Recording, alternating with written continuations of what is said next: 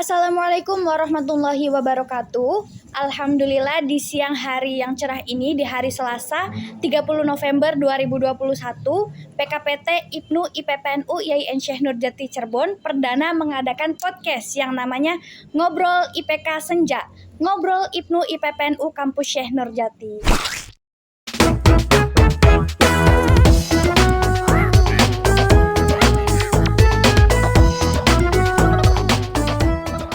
Nah, alhamdulillah hari ini Kansa berkesempatan sebagai host perdana dalam podcast ini dan kita akan ngobrol-ngobrol seputar Nahdlatul Ulama bersama dua narasumber yang sangat luar biasa di samping Kansa. Nah, di samping Kansa sudah ada ketua dari IPNU dan IPPNU PKPT IAIN Syekh Nurjati Cirebon, yaitu ada rekan Ahmad Ismail selaku ketua IPNU dan rekanita Siti Rohmah yang merupakan ketua dari PKPT IPPNU IAIN Syekh Nurjati Cirebon. Gimana Kang Mail dan Teh Omah kabarnya? Alhamdulillah baik. Kuliahnya lancar? Nah, tentu saja. Amin ya, semoga dilancarkan selalu, amin. Kalau boleh tahu, Kang Mail dan Teh Omah ini sekarang udah semester berapa? Semester berapa ya? Kurang lebih semester 5 ke atas. Kang Mail juga? Ya, gak beda jauh sih.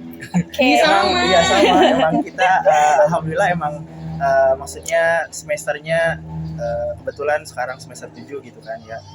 Masuk semester tua seperti itu ya. Oke. Untuk kesibukannya sendiri gimana nih? Udah semester 7, kesibukan selain kuliah atau yang lainnya gimana?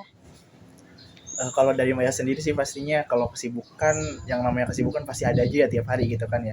Maksudnya ya yang namanya kesibukan gitu kan pasti aja yang entah itu yang direncanakan ataupun tidak direncanakan seperti itu. Ya entah itu seputar kuliah ataupun seputar organisasi ataupun ya seputar kehidupannya lah bahasanya kayak gitu. Yang namanya kesibukan kayak gitu kan pasti ada aja gitu. Luar biasa sekali. Kalau Teh Oma sendiri kesibukannya udah ngapain aja nih? Kalau berbicara kesibukan ya kurang lebih sama ya, karena kita juga diberikan waktu 24 jam dalam sehari oleh Allah. Jadi kurang lebih ya seperti yang tadi dikatakan oleh rekan Mail, bahwasanya ya bukan hanya kuliah tapi kita juga berorganisasi, belum lagi ditambah mondok. Tapi alhamdulillah sampai dengan saat ini kita masih diberi kesehatan sampai ya kayak gini masih bisa beraktivitas di organisasi tentunya. Alhamdulillah ya teman-teman, kita sudah bertemu dengan narasumber yang motivasinya banyak sekali. Nah, langsung aja kita bakalan ngobrol-ngobrol nih. Hari ini tema yang akan kita bahas yaitu seputar sejarah IPNU dan IPPNU. Nah, mungkin langsung aja kita yang pertama, karena di sini ada IPNU dan juga ada IPPNU, mungkin yang pertama kita langsung bahas seputar IPNU-nya ya. Kita akan tanya langsung sama rekan Ahmad Ismail atau yang biasa dipanggil Kang Mail.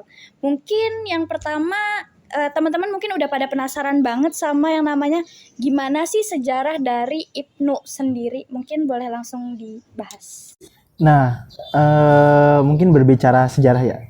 Sebelumnya mungkin terima kasih juga kepada Kansa ya yang sudah memimpin podcast kali ini ya, podcast perdana dari PKPT IPNU IPPNU IAIN Syekh Nurjati. Mudah-mudahan mungkin selanjutnya kita bisa istiqomah dalam melakukannya seperti itu.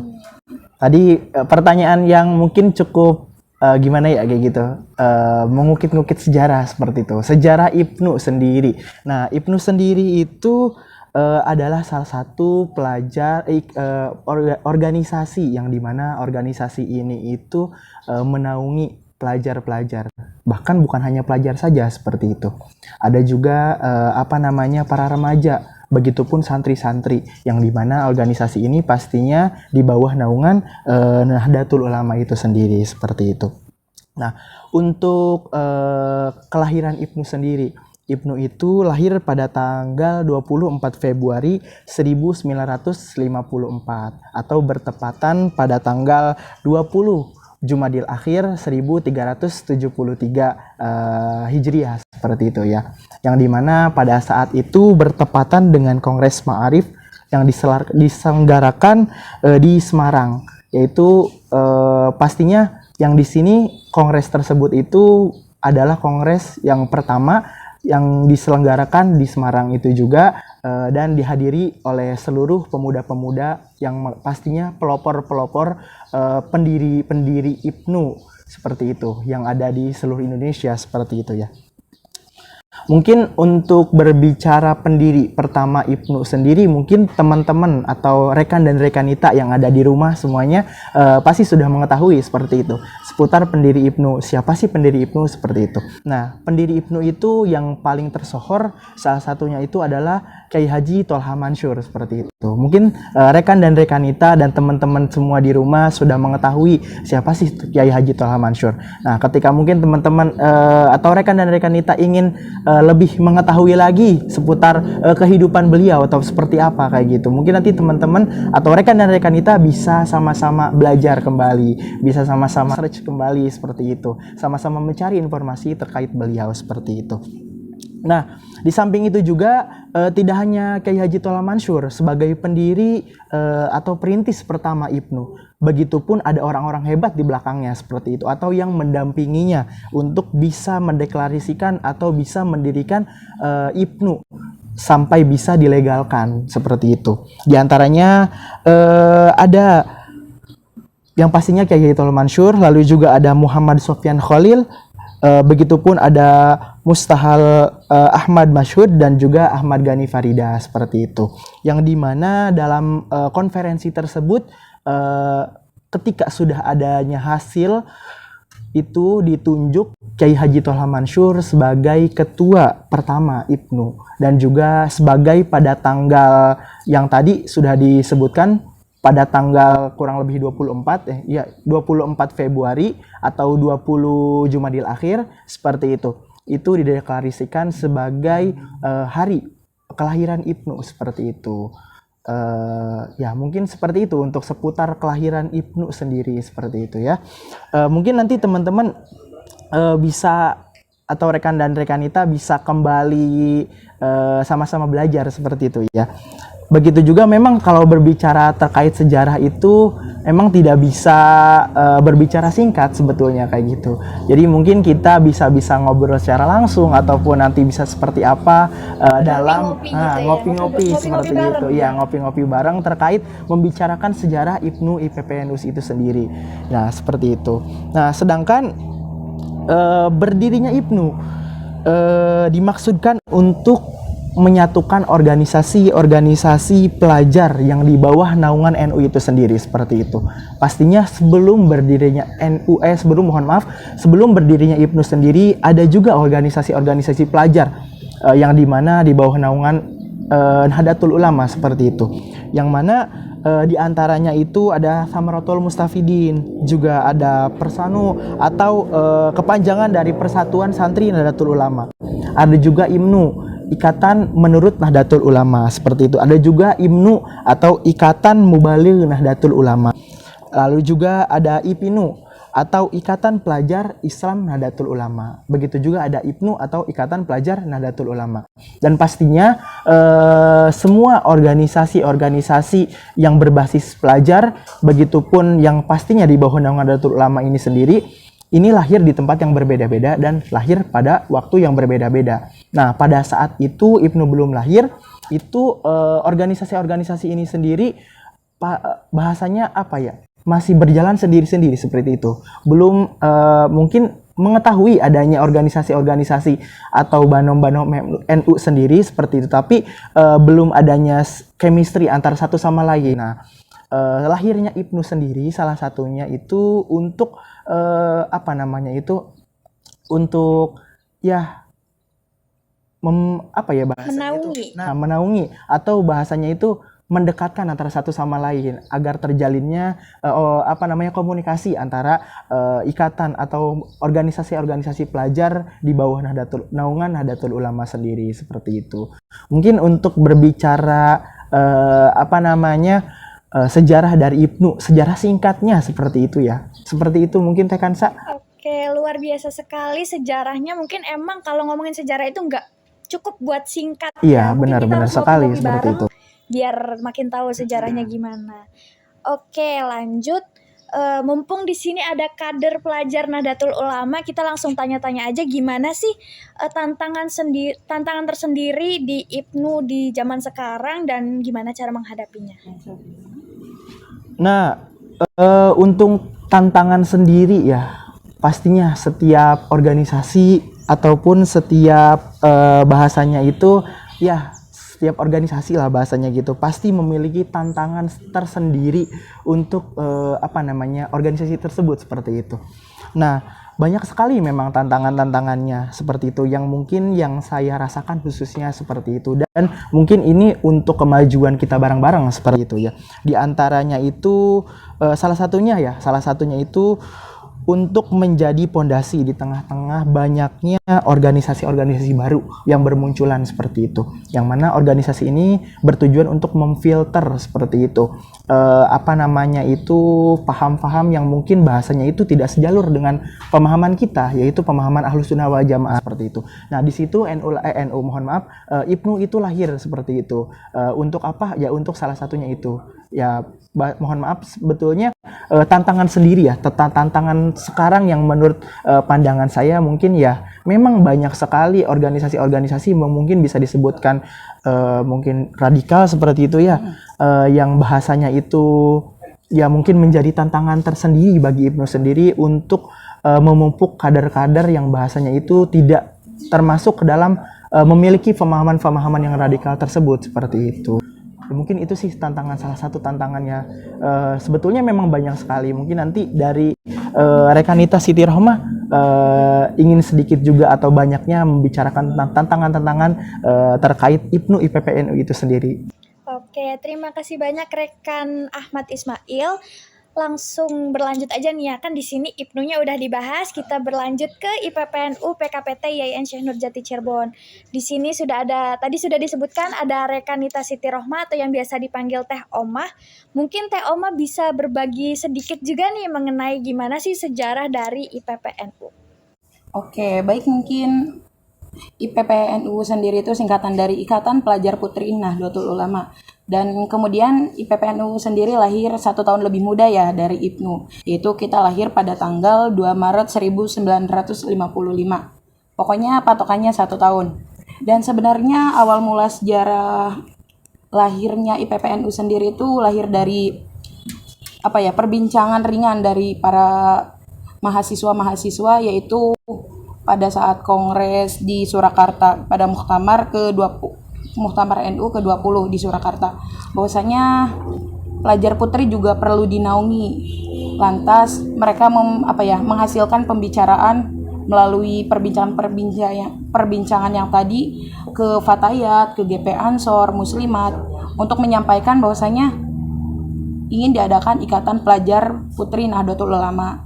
Tapi pada saat itu bukan Ikatan Pelajar Putri Nahdlatul Ulama, akan tetapi Ikatan Pelajar Nahdlatul Ulama Putri. Seperti itu. Mungkin kalau disingkat IPNUP, tapi kan mungkin emang dirasa kurang pantas juga. Jadi pas kongres ke berapa ya? Kongres ke pada tanggal dulu biar rekan-rekan kita tahu ya. Pada tanggal 28 Februari sampai 5 Maret 1955 ternyata keberadaan IPPNU itu sendiri masih sangat diperbincangkan. Kan sudah ada IPNU, kenapa harus ada IPPNU? Seperti itu. Karena secara garis besar IPNU dan IPPNU sendiri tidak bisa dipisahkan ya, teman-teman. Lantas pada saat itu melihat hasil tersebut, yaitu ada kongres kedua, yaitu peserta yang terdiri dari 5 utusan, ada dari Jogja, Surakarta, Malang, Lumajang, dan Kediri. Akhirnya mereka di sana memberikan pendapat bahwasanya nama dari pelajar putri itu menjadi singkatan Ikatan Pelajar Putri Nahdlatul Ulama. Akan tetapi pada kongres ke-9 ya di Jombang pada tahun 1987 itu mereka itu kayak kurang pas gitu. Jadi yang tadinya Ikatan Pelajar Nahdlatul Ulama Putri diubah menjadi Ikatan Pelajar Putri Nahdlatul Ulama. Akan tetapi ada perubahan nama lagi. Jadi PPNU itu tidak langsung ya udah namanya IPPNU gitu. Akan tetapi melalui proses dulu ya, namanya juga sejarah. Dilanjut ke itu, pada saat itu ada perubahan lagi, yaitu pada Kongres ke-12 IPPNU, yaitu di Makassar pada tanggal 20 sampai 25 Maret tahun 2000, yaitu mendeklarasikan bahwa IPPNU itu kembali ke basis pelajar dan tentunya membahas tentang gender. Namun pengembalian pada nama IPPNU itu masih ada perbincangan lagi, yaitu pada Kongres ke-13 IPPNU di Surabaya pada bulan Juni 2003. IPPNU itu berbasis pelajar Nahdlatul Ulama, tetapi mereka tuh kayak ingin namanya nggak mau Ikatan Pelajar Nahdlatul Ulama. Akan tetapi mereka pada tanggal 2 Maret itu mendeklarasikan bahwa nama mereka yaitu Ikatan Pelajar Putri Nahdlatul Ulama. Dan tidak lama kemudian mereka juga lalu disahkan oleh Ketua PB Ma'arif NU. Selanjutnya Ketua PB Ma'arif NU juga mengesahkan bahwasanya di samping ada IPNU, kita juga ada Ikatan Pelajar Putri Nahdlatul Ulama atau yang disingkat sebagai IPPNU. Selain itu juga pendiri dari IPPNU itu sendiri ada istri dari Kiai Haji Tolhah Mansur, yaitu Nyai Umroh Mafudo. Mungkin sejarah singkatnya seperti itu. Adapun barangkali teman-teman masih penasaran, bisa ya kita seperti biasa ngopi-ngopi bareng juga. Mungkin itu ya. Terima kasih. Oke, luar biasa sekali. Mungkin kalau dilihat dari sejarahnya ya, IPPNU itu berdiri 1 tahun setelah berdirinya IPNU, berarti ya. Jadi lebih muda seperti itu. Oke, lebih muda 1 tahun dan sepertinya banyak juga perubahan nama ya sebelumnya, banyak Pastinya sekali. seperti itu. Yang namanya sejarah pastinya kan tidak bisa dimungkiri ketika mungkin pada tahun tersebut namanya seperti ini ataupun bahasanya itu seperti ini kayak gitu. Begitupun berbeda dengan adanya seiring berjalannya waktu, pastinya akan ada perubahan-perubahan sampai pada saat ini seperti itu. Terbentuklah namanya sudah dipastikan, sudah dideklarasikan ya seperti itu. Jadi IPNU dan IPPNU seperti itu. Luar biasa sekali. Nah, dari kader IPPNU-nya sendiri nih, ada nggak sih tantangan di zaman sekarang dari IPPNU sendiri dan gimana sih cara mengatasinya? Oke, mungkin kalau tantangan gak jauh beda dari IPNU ya, karena kita juga sebagai pelajar Nahdlatul Ulama, kita juga dituntut untuk mengerti tentang digital, apalagi sekarang zaman pandemi, zaman serba harus digital. Jadi di samping kita harus menyampaikan tentang keaswajaan kita, ke-NU-an kita, karena di sekarang ini banyak banget organisasi-organisasi yang baru yang sekiranya memang tidak sejalan, akan tetapi memang kita juga tidak bisa tidak bisa memungkiri bahwa mereka itu harus tiada gitu.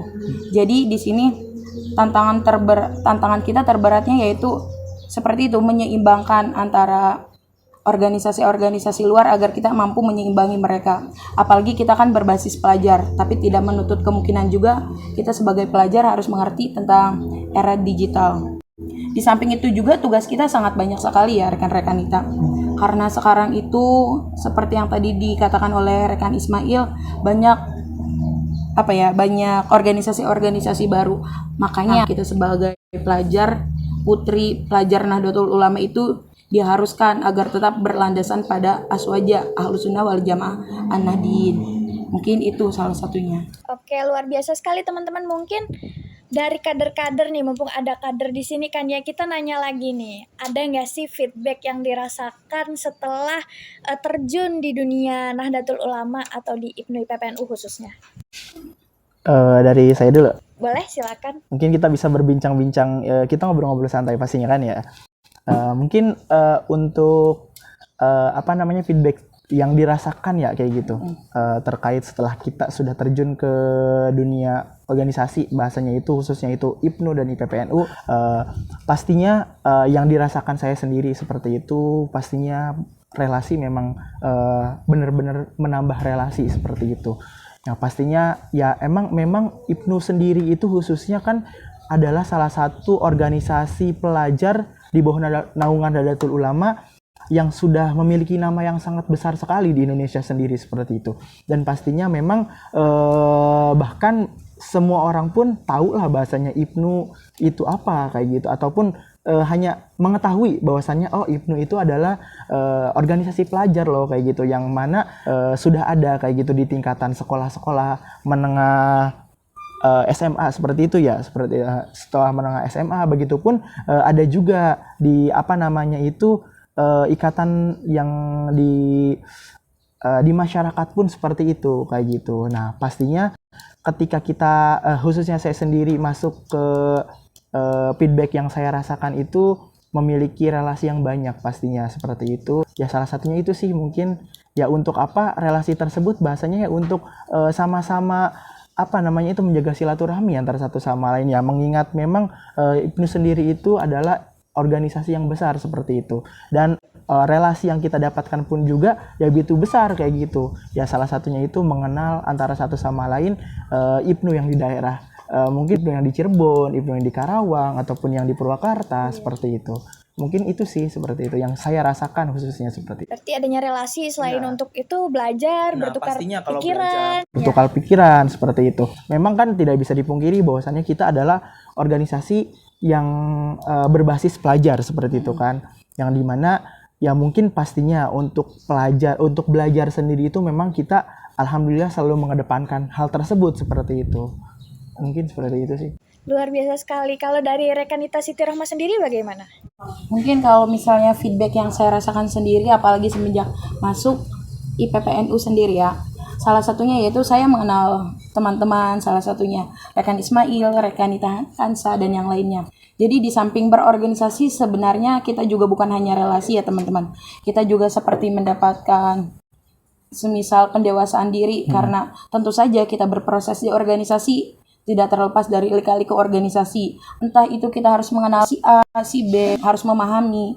Jadi di samping kita relasi juga kita mendapatkan sedikit ilmu kehidupan, yaitu tentang arti sebuah kesabaran, saling memahami. Di samping itu juga saya juga alhamdulillah ya mendapat banyak sekali teman-teman di luar Cirebon gitu. Jadi ketika kita akan bepergian kemana-mana tidak perlu takut sendiri, karena IPNU IPPNU sendiri sudah booming di masyarakat. Jadi kalau misalnya kita mau sana ke sini jangan takut hidup sendiri, karena IPNU IPPNU pasti ada di mana saja.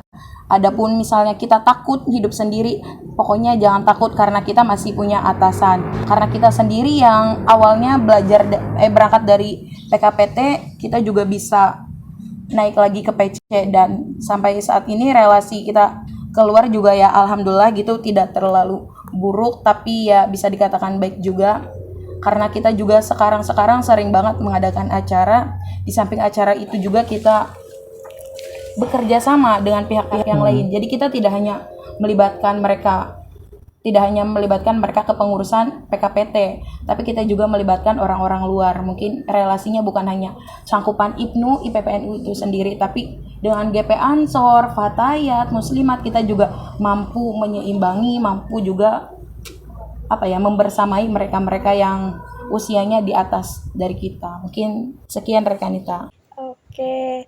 Mungkin terakhir ya, karena kita kan IPNU dan IPPNU, dan khususnya berkecimpung di PKPT IPNU IPPNU IAIN Syekh Nurjati Cirebon. Nah, banyak nih rekan dan rekanita mungkin atau yang belum menjadi rekan dan rekanita kepo. Gimana sih program kerja dari PKPT IPNU IPPNU IAIN Syekh Nurjati Cirebon? Wah, jika berbicara dengan program kerja kita tentu sangat banyak ya, apalagi kita terdiri dari 7 departemen. Iya, benar sekali. Salah satunya yaitu kaderisasi, PO, kewirausahaan, terus Jarkompres, apalagi ya, DDPM. pokoknya masih banyak, DDPM. Pokoknya kita ada 7. Di samping itu program unggulan kita juga bukan hanya Makesta, tapi kita juga program unggulannya ada di Harlah IPNU IPPNU sendiri, yang mungkin rekan-rekan kita juga bisa mendengarkan ya, bahwasanya di bulan Februari dan Maret itu ada Harlah IPNU IPPNU sendiri. Mungkin itu akan kami jadikan program terbesar, karena insya Allah hajat kita yang ini kita juga tidak hanya melibatkan rekan-rekan kita PKPT IPNU IPPNU sendiri, tapi kita juga ingin mengundang se-Ciayu Majakuning ya, insya Allah jika Allah menghendaki. Mudah-mudahan kita berdoa sama-sama saja ya, Mungkin kurang lebih seperti itu. Di samping itu juga masih banyak, karena saya juga memiliki 7 departemen yang pasti setiap departemen itu memiliki program kerja unggulan. Tapi saya sampaikan sedikit agar teman-teman bisa lebih kepo gitu. Kalau dibuka semua kan nanti teman-teman Nggak kepo lagi nggak dong. mengetahui gitu ya udah kan, kita gitu. udah tahu gitu. Cukup tahu aja pasti kayak gitu. Nah, Di samping cukup tahu kan kita harus kalau sekiranya pengen tahu lebih lanjut kan harus mendalami. Harus cari tahu Gimana nih. sih ya? Iya. Bagaimana sih caranya masuknya gitu kan? Pasti mungkin nanti teman-teman ya bisa ya bertanya-tanya, kepo-kepo, calling seperti itu terkait IPNU dan IPPNU itu sendiri seperti itu. Oke, luar biasa, nggak kerasa nih udah 20 menit kayaknya kita bersama dengan narasumber yang sangat luar biasa. Terima kasih atas waktunya untuk rekan Ahmad Ismail dan rekan Nita Siti Rohmah. Semoga kita dapat bertemu di pertemuan-pertemuan podcast-podcast berikutnya, yaitu di Ngobrol IPK Senja. Oke, mungkin segitu aja. Jangan lupa like, komen, dan subscribe-nya YouTube PKPT IPNU IPPNU IAIN Syekh Nurjati Cirebon. Mohon maaf apabila banyak kekurangan. Wallahul muwaffiq ila aqwamit thoriq. Wassalamualaikum warahmatullahi wabarakatuh. Sampai ketemu lagi.